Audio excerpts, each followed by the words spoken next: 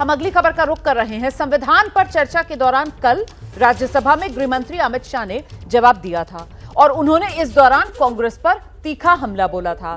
मुस्लिम personal law के बहाने कांग्रेस पर जोरदार हमला अमित शाह की तरफ से बोला गया था। कांग्रेस तुष्टीकरण करती है, ये आरोप अमित शाह की तरफ से कांग्रेस पर लगाए गए थे। मुस्लिम पर्सनल लॉ तुष्टीकरण के लिए इस्तेमाल किया गया कांग्रेस की तरफ से।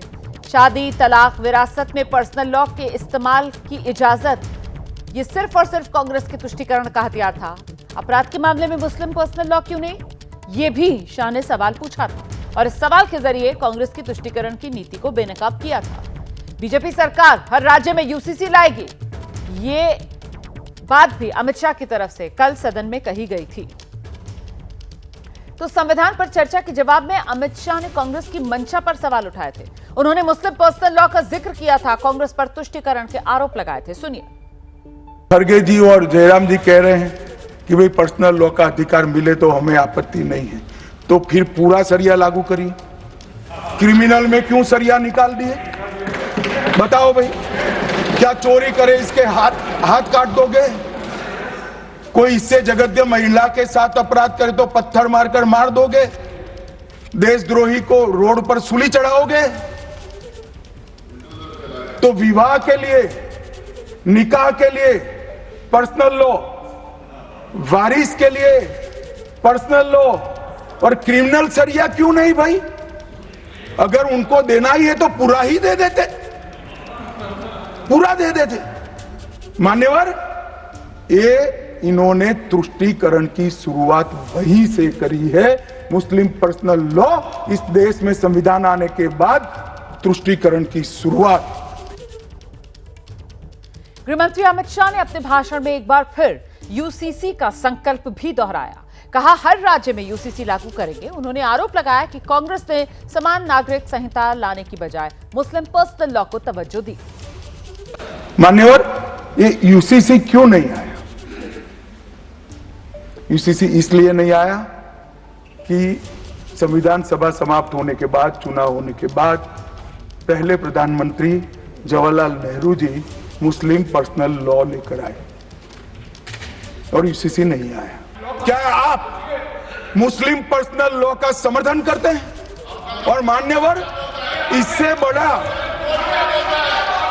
बड़ा छलावा नहीं हो सकता। मान्यवर, इन्होंने हिंदू कोड बिल भी ला दिया।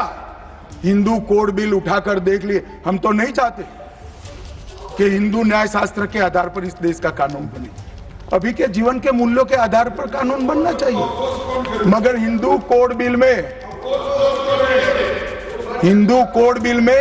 एक भी पुरानी हिंदू न्याय व्यवस्था का कोई नामो निशान नहीं है। हिंदुओं को बुरा न लगे इसलिए मुस्लिम पर्सनल लॉ दिया, तो सामान्य कानून को हिंदू कोड बिल बना दिया। वहीं कांग्रेस अध्यक्ष और राज्यसभा में नेता विपक्ष मल्लिकार्जुन खड़गे ने कहा है कि सरकार का काम सिर्फ नेहरू गांधी परिवार को गाली देना रह गया है। होम मिनिस्टर ने जो बात की, ये सत्य से दूर झूठ है इस बार। अब उन्होंने एक भी बात सच नहीं कही। और दूसरी चीज, एक तरफ इंदिरा गांधी जी की तारीफ करे सो या अपना उनके कंडोलेंस में जो कहा था वो बोलते हैं। आइए सीधे रुख करते हैं। इस वक्त हमारे साथ दो खास मेहमान मौजूद हैं। लखनऊ यूनिवर्सिटी में प्रोफेसर हैं सौरभ मालवीय हमारे साथ जुड़ गए, राजनीतिक विश्लेषक हैं सैयद जवाद को आप देख रहे हैं हमारे साथ मौजूद है। सौरभ मालवीय जी, कल गृह मंत्री अमित शाह ने संविधान पर चर्चा पर जिस तरीके से जवाब दिया और खासतौर से यूसीसी को लेकर जो बात की, उसके बाद आपको क्या लग रहा है? क्या देश में यूसीसी आने का समय आ चुका है? इसी की तैयारी में है सरकार?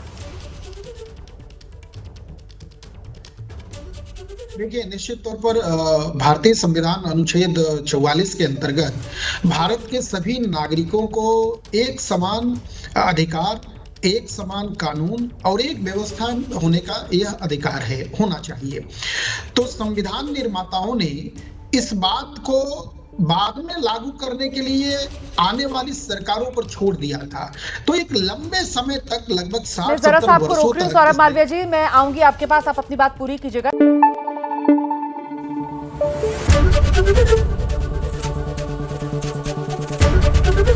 एबीपी न्यूज आपको रखे आगे।